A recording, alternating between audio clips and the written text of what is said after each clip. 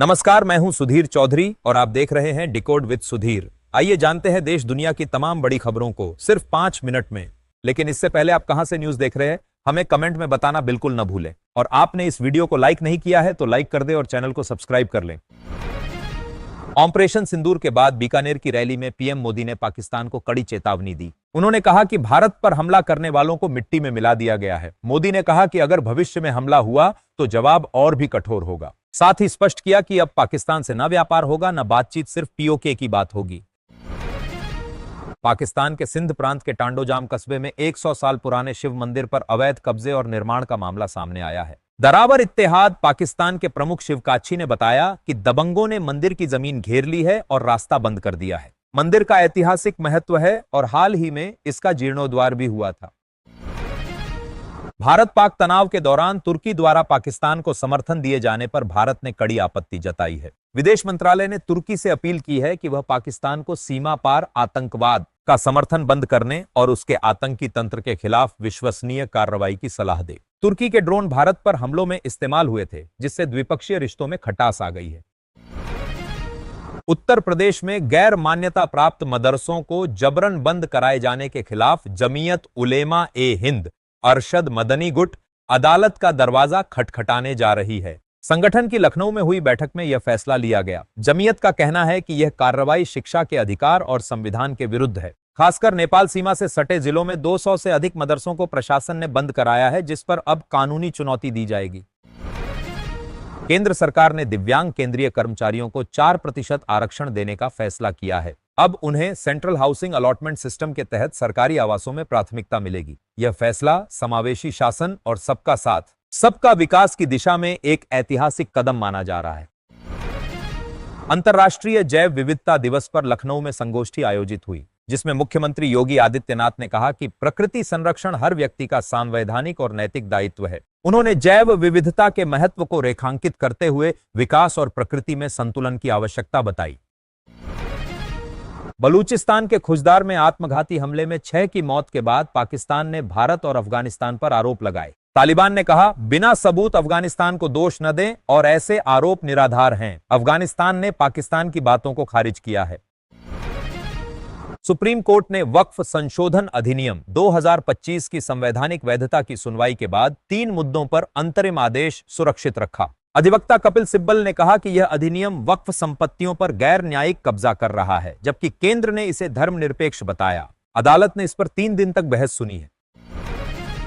विदेश मंत्रालय ने कहा है कि भारत में अवैध विदेशी, खासकर बांग्लादेशी नागरिकों पर कड़ी कार्रवाई होगी। 2360 से ज्यादा ऐसे लोगों की वापसी अटकी है। मंत्रालय ने बांग्लादेश से जल्द उनकी राष्ट्रीयता पहचानने का आग्रह किया है। भारत सरकार अब अवैध विदेशियों के खिलाफ सख्त रुख अपनाएगी।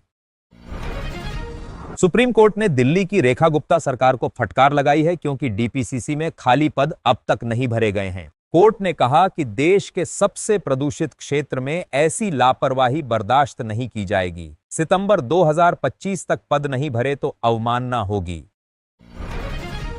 केंद्रीय मंत्री रामदास अठावले ने कहा कि चिराग पासवान को अभी बिहार नहीं आना चाहिए, वे केंद्र में ही ठीक हैं। उन्होंने भरोसा जताया कि विधानसभा चुनाव के बाद बिहार में फिर एनडीए सरकार बनेगी। अठावले ने कहा कि उनकी पार्टी राज्य में उम्मीदवार नहीं उतारेगी, सिर्फ प्रचार करेगी।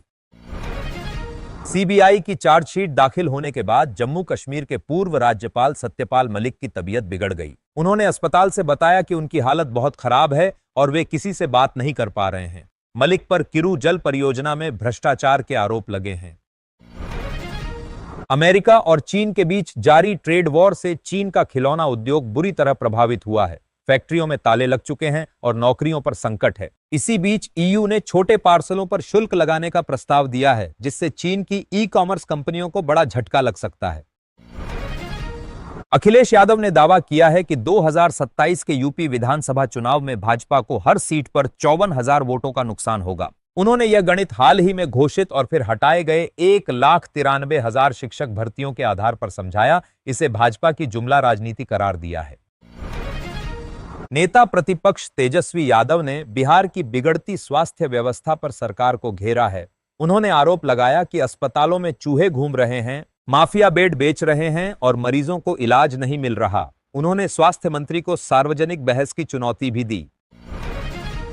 किश्तवाड़ के छतरू में आतंकवादियों से मुठभेड़ के दौरान एक जवान शहीद हो गया। 2 आतंकवादी मारे गए हैं। सेना, असम राइफल्स और पुलिस का संयुक्त ऑपरेशन जारी है। आतंकियों को घेर लिया गया है और इलाके की घेराबंदी कर दी गई है। गोलीबारी अभी भी जारी है। कांग्रेस ने पीएम मोदी और सरकार पर हमला करते हुए सांसदों के विदेश दौरों को दिखावा बताया और ट्रंप के भारत पाक सीज फायर दावे पर सफाई मांगी है। जयराम रमेश ने कहा कि सरकार को संसद का विशेष सत्र बुलाकर ऑपरेशन सिंदूर और पहलगाम हमले पर जवाब देना चाहिए। कर्नाटक के गृह मंत्री जी परमेश्वर के घर और संस्थानों पर ईडी ने सोना तस्करी से जुड़े वित्तीय अनियमितताओं की जांच में छापेमारी की। अभिनेत्री रान्या राव से जुड़े हवाला और फर्जी लेन देन को निशाना बनाया गया। उप मुख्यमंत्री डीके शिवकुमार ने इसे शादी का गिफ्ट बताते हुए सही ठहराया। भारत को ऑपरेशन सिंदूर पर जापान का समर्थन मिला है। टोक्यो में भारतीय सांसदों के प्रतिनिधि मंडल ने जापान के विदेश मंत्री ताकेशी इवाया से मुलाकात की, जिसमें आतंकवाद के खिलाफ भारत के रुख की सराहना की गई। सांसद संजय झा ने कहा कि आतंकवाद का पूर्ण विनाश ही लक्ष्य है। भारतीय विदेश मंत्री एस जयशंकर ने कहा कि भारत और पाकिस्तान ने सीधे बातचीत कर सीज फायर पर सहमति बनाई है। उन्होंने बताया कि ऑपरेशन सिंदूर के दौरान कई देशों ने भारत से संपर्क किया था, लेकिन अमेरिका के राष्ट्रपति ट्रंप के दावे के बावजूद असल बातचीत भारत पाकिस्तान के बीच हुई। JN.1 कोविड-19 का नया वेरिएंट है, जो ओमिक्रॉन का उपसंस्करण है और एशिया के कई देशों में फैल रहा है। यह ज्यादा संक्रामक लेकिन कम गंभीर है। लक्षण हल्के होते हैं, लेकिन बुजुर्ग और कमजोर प्रतिरक्षा वाले सावधान रहें। बूस्टर डोज प्रभावी सुरक्षा देते हैं। मास्क, हाथ धोना और सावधानी जरूरी है। वाराणसी में ATS ने तुफैल आलम नामक युवक को पाकिस्तान के लिए जासूसी के आरोप में गिरफ्तार किया। वह व्हाट्सएप ग्रुप के जरिए राष्ट्र विरोधी गतिविधियों में शामिल था और आतंकी संगठनों से जुड़ा था। भारत की सुरक्षा से जुड़ी संवेदनशील जानकारियां पाकिस्तानी संपर्कों को भेज रहा था। सीएम योगी आदित्यनाथ ने ऐलान किया कि औरैया मेडिकल कॉलेज का नाम बदलकर अहिल्याबाई होलकर मेडिकल कॉलेज रखा जाएगा। उन्होंने कहा कि महापुरुषों को जाति या धर्म से जोड़ना गलत है। अहिल्याबाई ने धार्मिक धरोहरों के संरक्षण में अहम योगदान दिया, इसलिए उनके सम्मान में यह फैसला लिया गया है।